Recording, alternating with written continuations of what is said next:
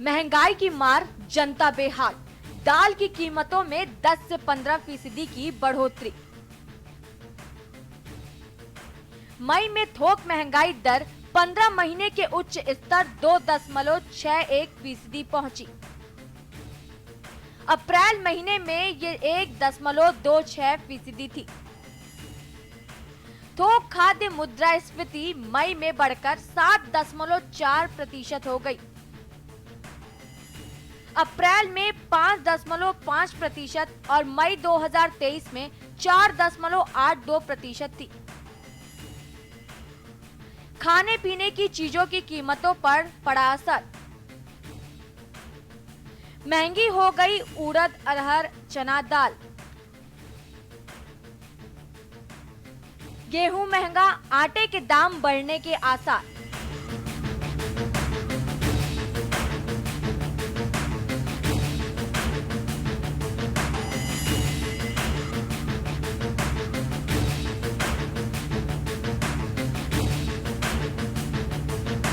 लोकसभा चुनाव के नतीजे आने से एक दिन पहले ही आम आदमी को महंगाई का झटका मिला है। घर घर में इस्तेमाल होने वाला अमूल दूध और हाईवे पर घूमना एक बार फिर महंगा हो गया है। पिछले 2 महीनों में दाल की कीमतों में 10 से 15% की बढ़ोतरी हुई है। दाल की कीमतों में बढ़ोतरी होने से आम जनता की रसोई से दाल गायब होने लगी है। जो लोग प्रत्येक महीने राशन की दुकान से 2 से 2.5 किलो दाल की खरीदारी करते थे, अब वे लोग 1 से 1.5 किलो दाल से काम चलाने को मजबूर हो रहे हैं।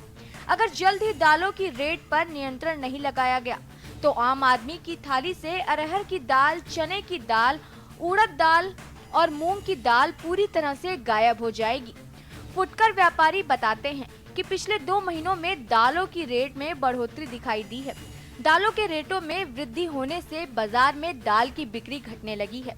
पिछले 2 महीनों में दाल के रेट में 10 से 15% तक बढ़ोतरी देखने को मिली है। इस बढ़ोतरी का मुख्य कारण दाल का पैदावार में कमी और विदेशों से दालों का न आना है। सरकार को इस तरफ ध्यान देना ताकि दालों के रेटों को नियंत्रित किया जा सके। वहीं रिजर्व बैंक ने शुक्रवार को इस साल के लिए खुदरा महंगाई दर का अनुमान 4.5% पर बनाए रखा है। बैंकों को उम्मीद है कि इस साल मॉनसून सामान्य रहेगा। हालांकि खाने पीने की चीजों की कीमतों पर कड़ी नजर रखने की बात कही गई है। मई में देश की थोक महंगाई दर 15 महीने के उच्च स्तर 2.61% पर पहुंच गई है। आलू का रेट सर इसलिए बढ़ रहा है क्योंकि एक तो फसल नहीं है इस टाइम आलू की, स्टोर में कम होता जा रहा है आलू, और प्याज की तेज रिपोर्ट इस वजह से है, थोड़ा सुनने में आया है कि गवर्नमेंट जो है वो बाहर भेज रही है। हिंदुस्तान वाले महंगाई खाएंगे। आज के रेट की बात करें तो क्या रेट है? आज की डेट में रेट जो है वो 36 से लेकर 40 रुपये किलो तक का रेट है। मार्केट में अगर हम किसी फड़ी वाले से लेंगे, रेडी वाले से लेंगे तो कम से कम 50 रुपये किलो प्याज देगा वो। आलू जो है आज की डेट में 40 रुपये किलो है। परेशानी होती है, कम होता है? बहुत ज़्यादा कम होता है सर, बहुत फर्क पड़ता है। प्याज का दाम ये इसके कई कारण हैं इसमें। एक तो इसकी प्रोडक्शन कम हुई है, जो अपना मध्य प्रदेश में प्रोडक्शन होती है वो बहुत कम हुई है, लगभग 60% कम हुई है। और दूसरा रीज़न ये है कि जो गर्मी ज़्यादा होने की वजह से ये गलन सड़न ज़्यादा हो चुकी है, उसकी वजह से वेस्टेज ज़्यादा हो जाती है, गल सड़ जाता है, जिसकी वजह से रेट बढ़ गए हैं। अप्रैल महीने में ये 1.26% थी। थोक खाद्य मुद्रास्फीति मई में बढ़कर 7.4% हो गई, जो अप्रैल में 5.5% और मई 2023 में 4.82% थी। मई में मासिक आधार पर थोक कीमतों में 0.2% की वृद्धि हुई है। खास वस्तुओं विशेषकर सब्जियों और विनिर्मित वस्तुओं के दाम बढ़ने से थोक मूल्य सूचकांक आधारित मुद्रास्फीति मई में लगातार तीसरे महीने बढ़कर 2.61% पर पहुंच गई है। थोक मूल्य सूचकांक WPI आधारित मुद्रास्फीति इससे पिछले महीने 1.26% थी। मई 2023 में ये 3.61% थी। चीनी, गेहूं, दूध, आटा, गुड़, चना दाल, चाय, अरहर दाल, नमक, उड़द दाल, आलू, मूंग दाल, प्याज, मसूर दाल, टमाटर 6/22 सस्ता।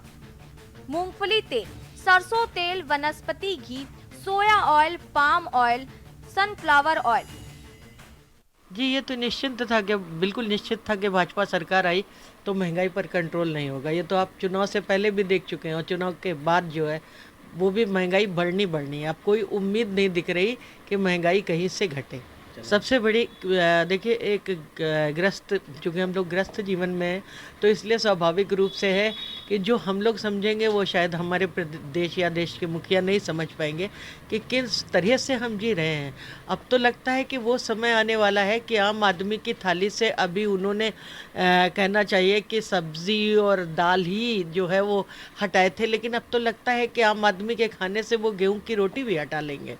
गृहस्थी चलाना बहुत मुश्किल हो गया है। अब हर चीज़ तो महंगी है।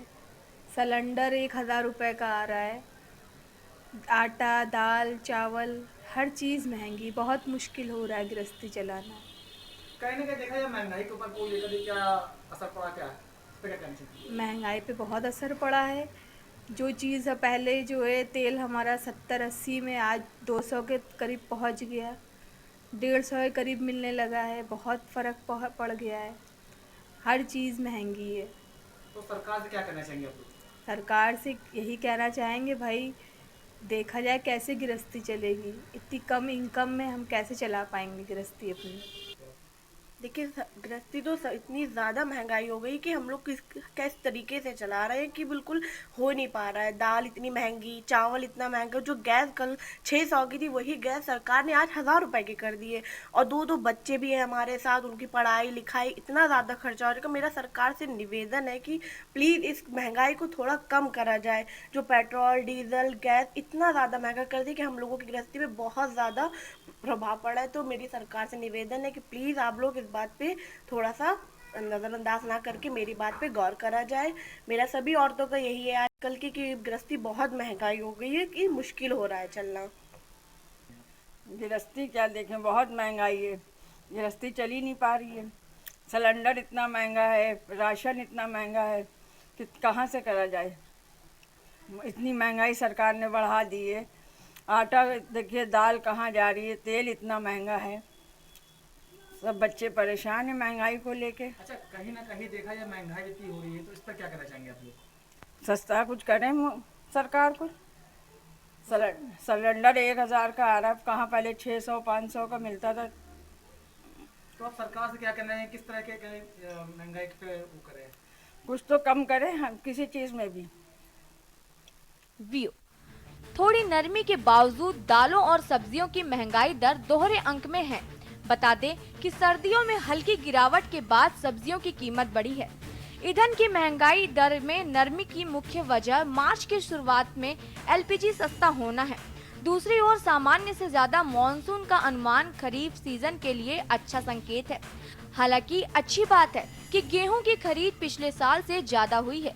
गेहूं और चावल का बम्पर स्टॉक तय मानकों से काफी ऊपर है, जबकि कच्चे तेल की कीमतों को लेकर अनिश्चितता है। वाणिज्य और उद्योग मंत्रालय ने एक बयान में कहा है कि मई 2024 में मुद्रास्फीति की सकारात्मक दर मुख्य रूप से खाद्य पदार्थों, खाद्य उत्पाद के निर्माण, कच्चे पेट्रोलियम और प्राकृतिक गैस, खनिज तेलों, अन्य विनिर्माण आदि की कीमतों में वृद्धि के कारण है।